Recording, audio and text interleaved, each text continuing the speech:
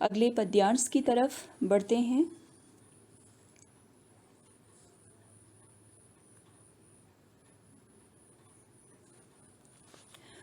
प्रभु प्रलाप सुनि कान विकल भय बानर निकर, आई गयौ हनुमान जिमि करुणा महाबीर रस। अब देखिए, उसी समय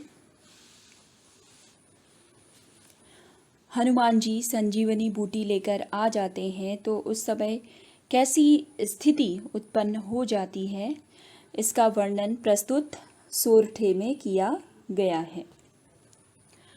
प्रभु प्रलाप सुनि कान बिकल भय बानर निकर। निकर का अर्थ है यहाँ पर समूह, बंदरों के समूह। विकल व्याकुल कानों से सुनकर, आई गयौ हनुमान जिमि करुणा महाबीर रस। इसका भावार्थ इस प्रकार से होगा, देखिए, प्रभु राम का विलाप, प्रभु प्रलाप अर्थात विलाप सुनकर, अपने कानों से प्रभु राम का विलाप सुनकर बानरों का अर्थात बंदरों का समूह बिकल व्याकुल हो जाता है।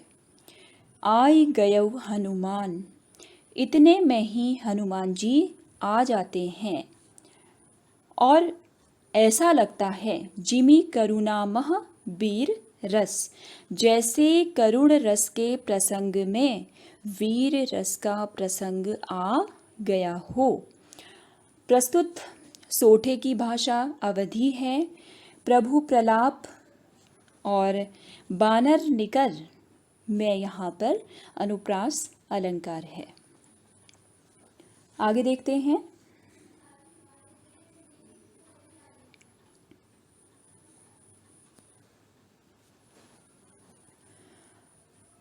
हरषि राम भेटेउ हनुमाना, अति कृतज्ञ प्रभु परम सुजाना। तुरत बैद तब कीन्ही उपाई, उठी बैठे लक्ष्मण हर्षाई।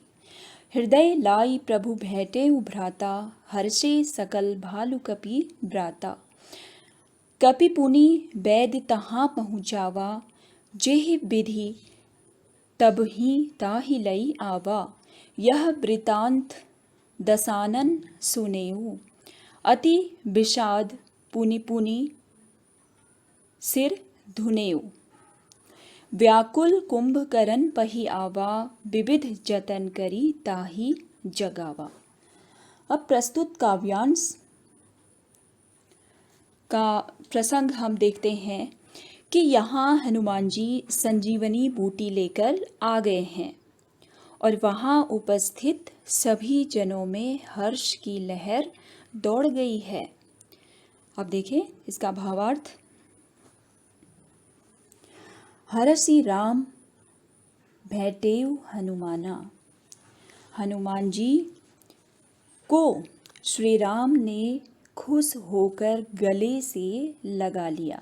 हरषि हर्षित होकर प्रभु श्री राम ने हनुमान जी से भेंट की और उन्हें गले से लगा लिया। और अति कृतज्ञ प्रभु परम सुजाना, प्रभु श्री राम अत्यंत परम अत्यंत सुजान चतुर हैं, ज्ञानी हैं। तो इस प्रकार से अत्यंत ज्ञानी श्री राम अति कृतज्ञ अत्यंत कृतज्ञ हुए। तुरत बैद तब कीन्ही उपाई, तब सुषेण वैद्य ने तुरंत उपाय किया। उठी बैठे लक्ष्मण हर्षाई, और लक्ष्मण हर्षित होकर उठ बैठे। हृदय लाई प्रभु भेटेउ भ्राता, हर्षे सकल भालु कपि भ्राता। अब देखिए फिर क्या होता है। लक्ष्मण को उठकर, जब श्री राम जी लक्ष्मण को उठा हुआ देखते हैं तो उन्हें उठा हुआ देखकर प्रभु श्री राम अत्यधिक प्रसन्न हुए और उन्होंने भाई लक्ष्मण को हृदय लाई क्या किया, उन्हें गले से लगा लिया, अपने हृदय से लगा लिया। हर्षे सकल भालु कपि भ्राता, और यह दृश्य देखकर भालुओं और वानरों के समूह भी क्या हो गए, हर्षित हो गए।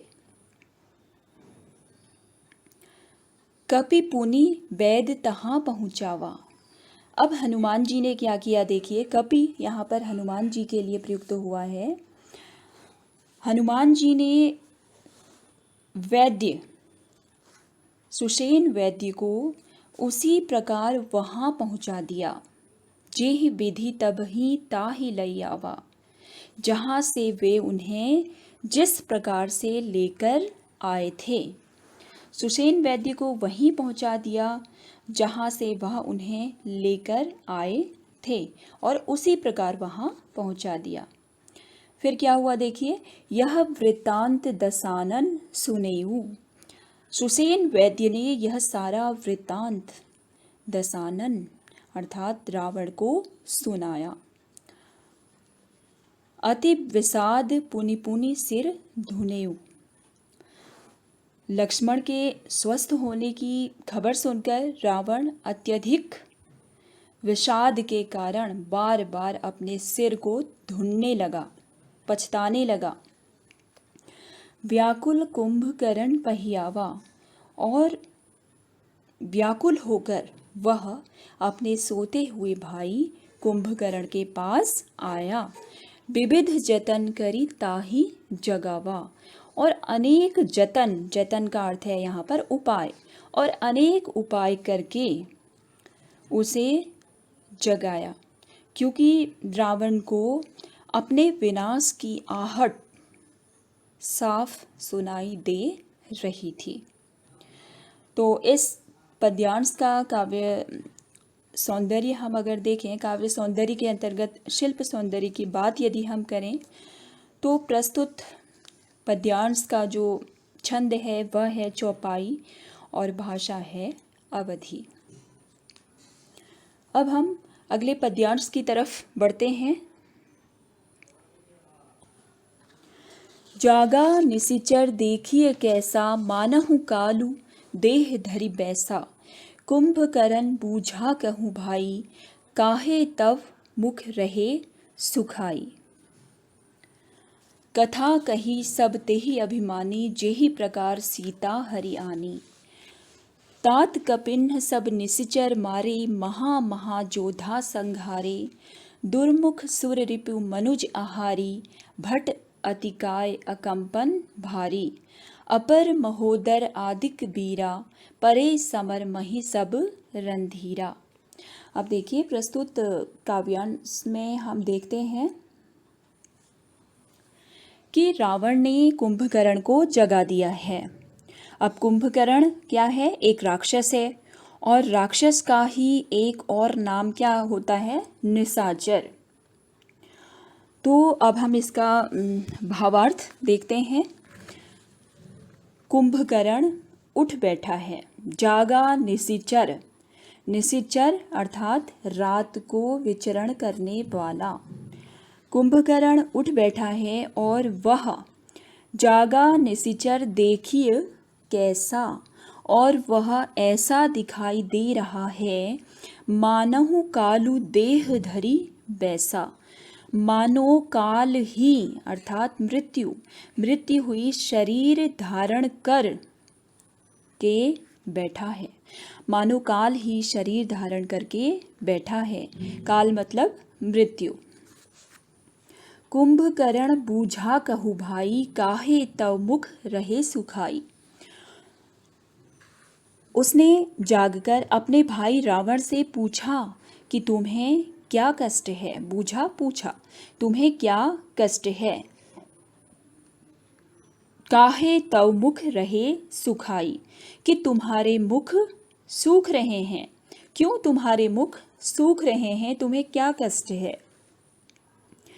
कथा कही सब तेहि अभिमानी, जेहि प्रकार सीता हरियाणी।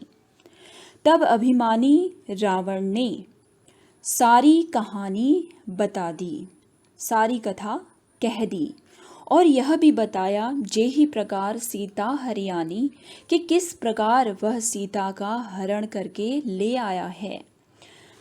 तात कपिन्ह सब निशिचर मारे, फिर कहता है, रावण कुंभकर्ण से कहता है कि हे तात, वानरों ने कपिन सब निशिचर राक्षसों को मार डाला है, महायोद्धा संहारे, और उन्होंने हमारे बड़े बड़े योद्धाओं का भी संहार कर दिया है। दुर्मुख, सुर रिपु, देवताओं के शत्रु, मनुज आहारी, मनुष्यों को अपना आहार बनाने वाले, नरांतक, भट्ट अतिकाय अकंपन भारी, देवांतक, अपर महोदर आदिक वीरा, देवांतक, अकंपन, महोदर जैसे बड़े बड़े वीरों को, परे समर मही सब रणधीरा, जैसे बड़े बड़े रणधीर वीरों का समर युद्ध भूमि में, रणधीर रणवीरों का युद्ध भूमि में संहार कर दिया है। अर्थात बड़े बड़े योद्धा दुर्मुख, नरांतक, देवांतक, महोदर, अकंपन जैसे बड़े बड़े रणधीर वीरों का युद्ध भूमि में संहार कर दिया है। अब प्रस्तुत पद्यांश के शिल्प सौंदर्य को हम देख लेते हैं। प्रस्तुत पद्यांश में चौपाई छंद है और इस पंक्ति में मानहु कालु देह धरी बैसा में उत्प्रेक्षा अलंकार है और इसी प्रकार से महा में पुनरुक्ति प्रकाश अलंकार है। कथा कही और कथा कही इसके बाद आ जाएगा आपके अतिकाय अकंपन, अपर महोदर आदि में अनुप्रास अलंकार देखने को मिलता है। अब अगले काव्यांश की तरफ बढ़ते हैं।